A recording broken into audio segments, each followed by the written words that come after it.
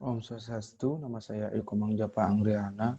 Kali ini saya akan mempresentasikan tugas 8 mengenai proporsi, proporsi dan skala. Proporsi adalah perbandingan besaran antara elemen-elemen pembentuk suatu objek. Dalam arsitektur, proporsi dipahami sebagai perbandingan antara besaran, volume, luas, dan elemen-elemen pembentuk objek arsitektur. Proporsi dan skala memiliki keterkaitan satu sama lain. Skala menyiratkan tentang ukuran sesuatu perbandingan dengan sebuah standar referensi ataupun ukuran sesuatu proporsi. Maka proporsi merujuk pada kepantasan atau hubungan harmonis suatu bagian dengan bagian yang lainnya dengan bagian keseluruhan. Proporsi material. Proporsi material bangunan di dalam arsitektur memiliki sifat elastisitas,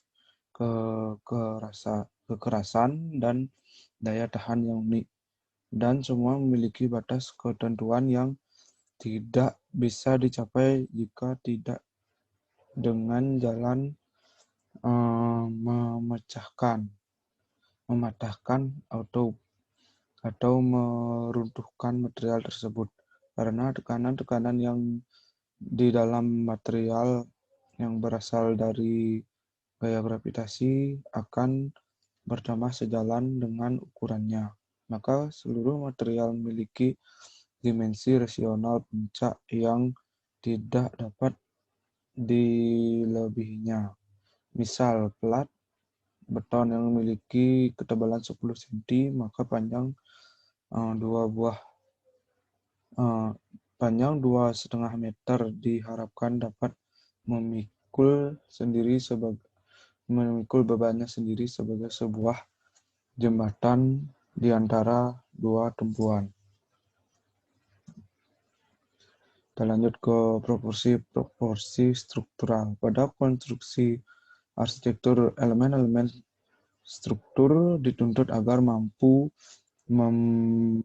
membentangi ruang dan menyeluruhkan beban mereka melalui penopang vertikal ke sistem fondasi sebuah bangunan. Contoh yaitu balok. Kita lanjut ke proporsi perbaikan. Banyak unsur arsitektur yang diukur dan dibuat secara perbandingannya. Karena itu, unsur-unsur ini dibuat secara massa di dalam pabrik, maka mereka memiliki ukuran-ukuran dan proporsi standar. Balok beton dan bata misalnya produksi sebagai blok modul bangunan. Kita lanjut ke sistem-sistem proporsi. Sekalipun sudah dipertimbangkan hambatan-hambatan proporsional yang dikatakan pada suatu bentuk melalui sifat alami bahan, fungsi struktural ataupun proses produksinya, desainer masih tetap mampu mengendalikan proporsi bentuk dan ruang dalam ataupun sekelilingnya. Contoh, per spesi kita akan di dimensi fisik arsitektur tentang proporsi dan skala tidak akurat.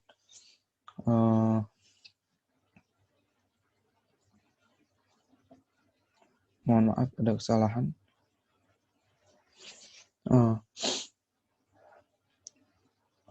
Perspeksi ini terdistorsi oleh perspesi dan jarak yang sulit dikendalikan dan diprediksi dengan cara yang presisi dan objektif. Adapun teori-teori proporsi yakni sebagai berikut: penampang mas, susunan-susunan klasik, teori-teori Renaissance, modulator, Kent, antropometri, skala, dan jenis-jenis proporsi ada 3, yaitu aritmetis, geometris, dan harmonis. Kita mulai ke golden selection atau penambang emas. Sistem proporsi matematis awalnya berasal dari konsep Pythagoras tentang semua adalah angka, serta yakni bahwa hubungan-hubungan numerik tentang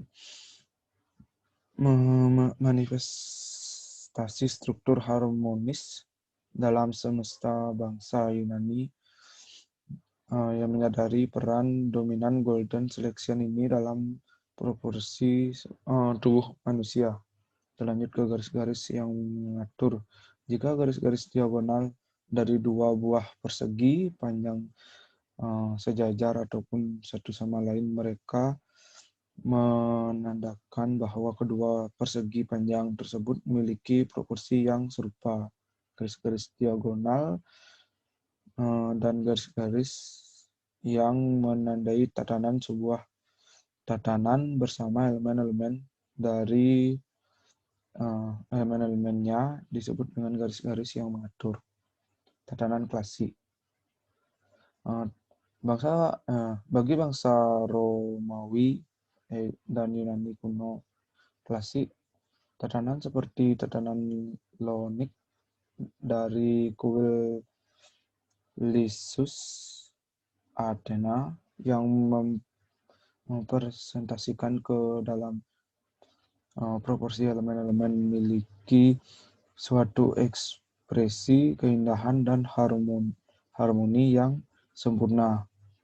Unit dimensi dasarnya adalah diameter kolom. Kita lanjut ke teori-teori Renaissance, yaitu Pythagoras yang menemukan bahwa konsonan sistem musik Yunani dapat diekspresikan oleh dataran angka sederhana, yaitu 1, 2, 3. Perbandingan mereka yaitu 1:2, 1:3, 2:3, dan 3:4. Prinsip-prinsip Pythagoras adalah segala sesuatunya diatur menurut angka. Plato kemudian mengembangkan estetika angka Pythagoras dalam proporsi estetika. Kita lanjut ke modular.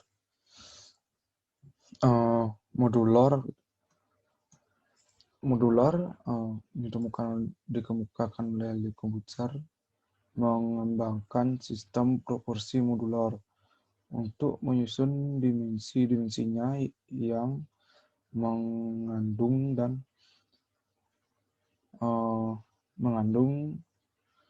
dan yang dikandung. Ia melihat alat pengukur dari Yunani, Mesir, dan peradaban tinggi lainnya sebagai tak terhingga kaya dan lembutnya karena mereka membentuk bagian matematis tubuh manusia, sopan, elegan, dan tegas, sumber dari harmoni tersebut. Kita lanjut ke Ken. Ken merupakan unit pengukur tradisional Jepang. Ken diperkenalkan pada pertengahan Jepang meskipun awalnya digunakan hanya untuk menandai interval antara dua ukuran. Ken segera dijadikan standar. Untuk arsitektur hunian, Ken jadi suatu pengukuran mutlak dan Ken tidak hanya merupakan sebuah unit pengukur untuk standar bangunan.